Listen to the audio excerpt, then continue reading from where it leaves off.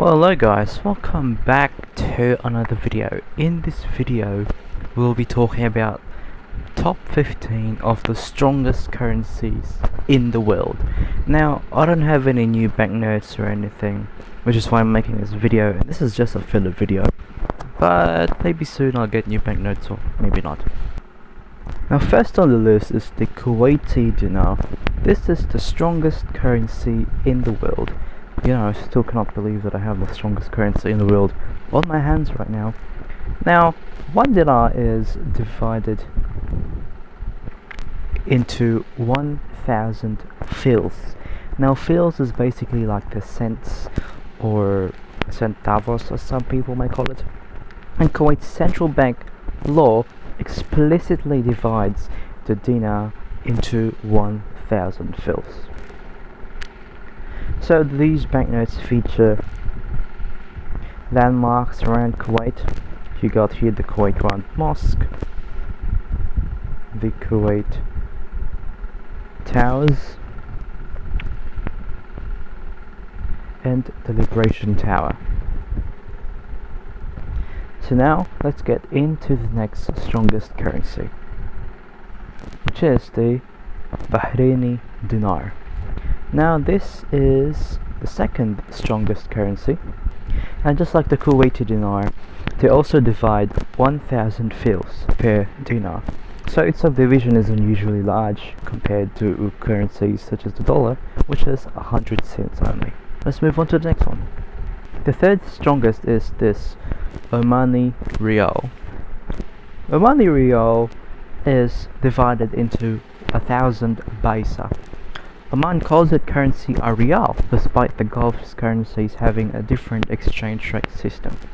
So this banknote is actually a commemorative banknote commemorating the 50 years of Oman as an independent country. So here in the back you could see Sultan Qaboos University. Oh look, never mind, this is actually 45th National Day. And on the front is Sultan Qaboos, who was the Sultan of Oman. Let's get into the next currency. The next currency on the list is this one, the Jordanian dinar. Now I don't have it in banknote form, but I do have it in the coin form. Now the Jordanian dinar is famously pegged to the US dollar, helping it give a very stable exchange rate. The Central Bank of Jordan currently quotes the dinar against major currencies. So this is 5 piastres. I don't know what year this is from, but I'm guessing this is from 1993, as the number says here, 1994. Anyways, let's get into the next currency, which will be in banknote form again. The next currency is the pound sterling, or the British pound. So currently I have two British pound notes, a £5 note and a £10 note. I have an English pound and a Scottish pound. So the pound sterling is one of the oldest currencies here in the world that's still in use. The sterling was the third most traded major currency in 2025, behind the dollar and the euro. So you can see here on the £5 note from England, we have Queen Elizabeth in the front, but they've already changed it to King Charles III. And here on the Scottish £10 note, we have Mary Somerville, who was a polymath and an author. The back of these banknotes have distinct designs as well. The back of the £5 note has Winston Churchill, who was the Prime Minister of the United Kingdom during World War II. And the back of this £10 note features otters, which is one of my favourite animals. Now on to the next currency, which is the Gibraltar pound. Now I don't have any Gibraltar pounds with me, but I wish to get one someday. Now Gibraltar uses its own pound notes. Gibraltar is a overseas British territory, and it is on the very southern tip of Spain. The thing about the Gibraltar pound is that it maintained 1-1 with the British pound. So a single Gibraltar pound is a single British pound in nominal value, even though the banknotes are different. And then up next is the Cayman Islands dollar. The Cayman Islands dollar is a pretty unique currency because it's the currency of, again, another British overseas territory, which is what you can see Queen Elizabeth in here. Now it says here that the Cayman Islands dollar is pegged to the US dollar, but the thing is that this is actually stronger than the US dollar. So actually one Cayman Islands dollar is 73 pesos and one US dollar is only 63 pesos. So these are one of my currencies that I've wanted to get for a very long time, and I got them recently at a collector's exhibit. Next currency is the euro. Now I only have euros in coin form. I don't have any euro banknotes, though I did get one technically, but I actually returned it because it had a small tear. So yeah, I got a euro note but I returned it because of a tear. But you can see here I have them in coin form, which is actually much better than the banknotes because in the coins you get to have different designs from different countries. So I have a lot of euro coins from mostly France. These ones with the mask is from France. This one with the Brandenburg Gate is from obviously Germany, and this one with the guy here, this is from Belgium, and this one over here is from Portugal. So the euro is, if you know, everyone knows this, is a multi-country currency, and despite being a young currency, it is the second most traded currency in the world after the US dollar. And now up next is the Swiss franc. Now I don't have any Swiss francs with me, but I am hoping to get one someday. Maybe just a 10 franc note. This Swiss franc is famous as a safe haven currency. During periods of global uncertainty, investors often seek Swiss francs, which can push its value upward. The Swiss National Bank itself describes the franc as a safe haven currency. Up next is probably a currency that everyone knows, the US dollar. Now, this isn't really the strongest currency per unit, but it is the world's dominant trading currency. The dollar was on one side of 89.2% of all foreign exchange trades back in April 2025. This was just last year.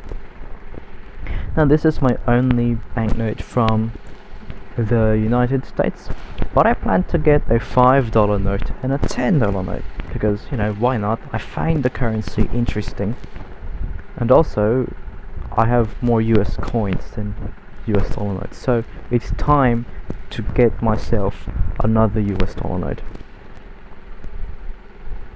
And then the next currency is neighboring Canada, Canadian dollars.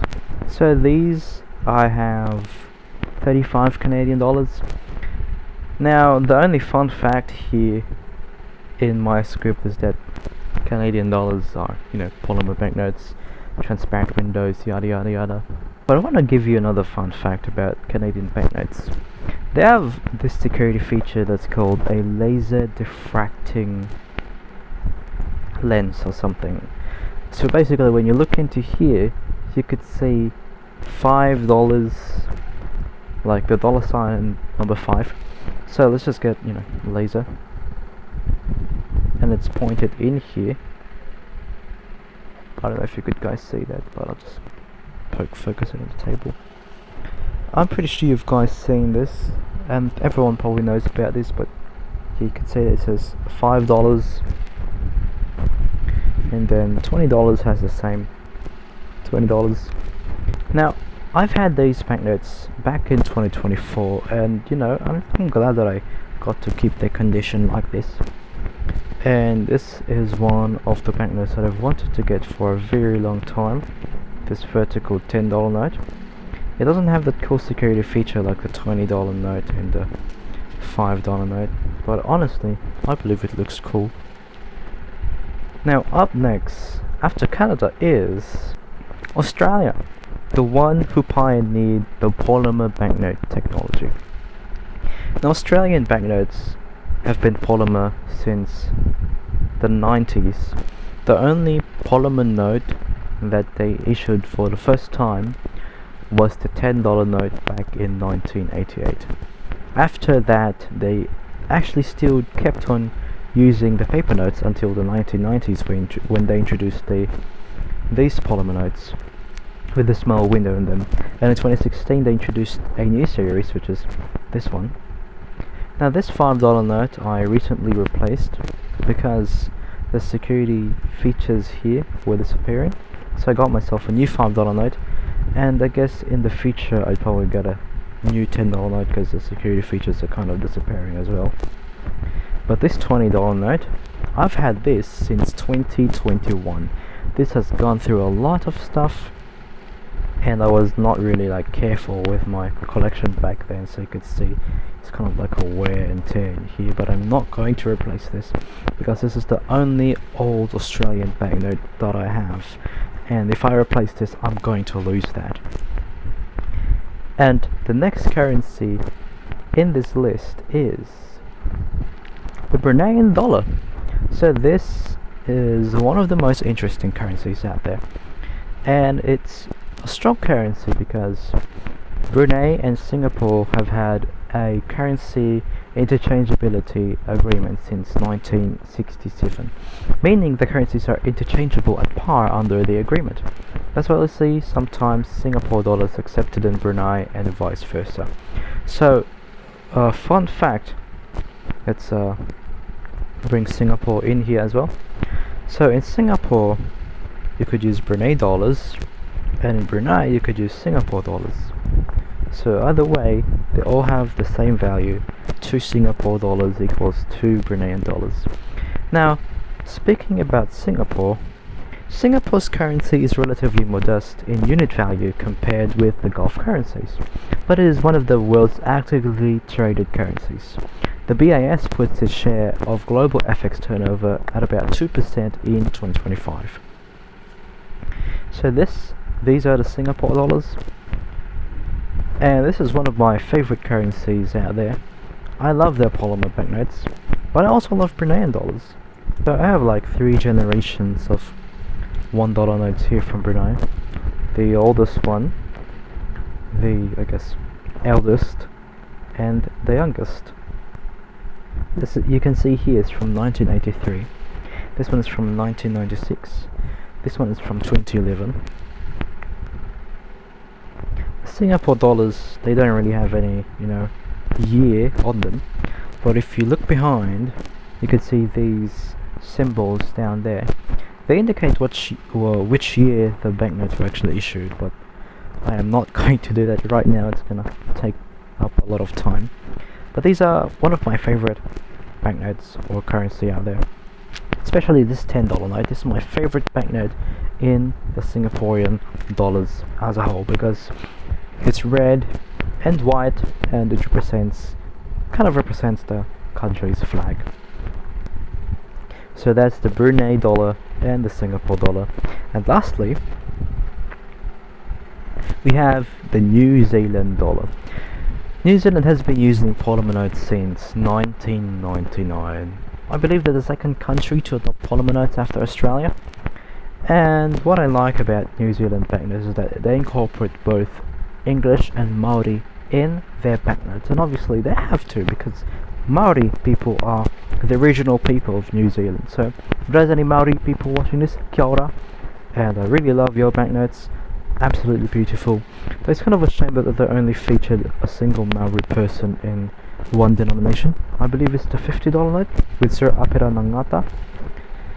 But honestly, what I love is that they use the Maori names for the animals in the back. So yeah, these are all the powerful currencies in my collection. Now, some of these currencies may be powerful, but in a global sense, they're not really that useful. Yes, you're powerful, but it's not really useful. And 8 out of the 15 currencies in this list are the most traded. So in the next video we will be talking about the most traded currencies in the world. So it will be quite a lot because it's more than 15. I believe it's double the amount. I believe it's 25 or something. So we'll be talking about the more useful currencies. But here, yes, these currencies are powerful and they're also useful, but maybe for the regions that they are in. But globally, they're not really that useful. But again, they're powerful. It's obviously big purchasing power, but not really that useful. So yeah, anyways, that's the video for now. Thank you so much for watching. I'll see you guys in the next one, and goodbye.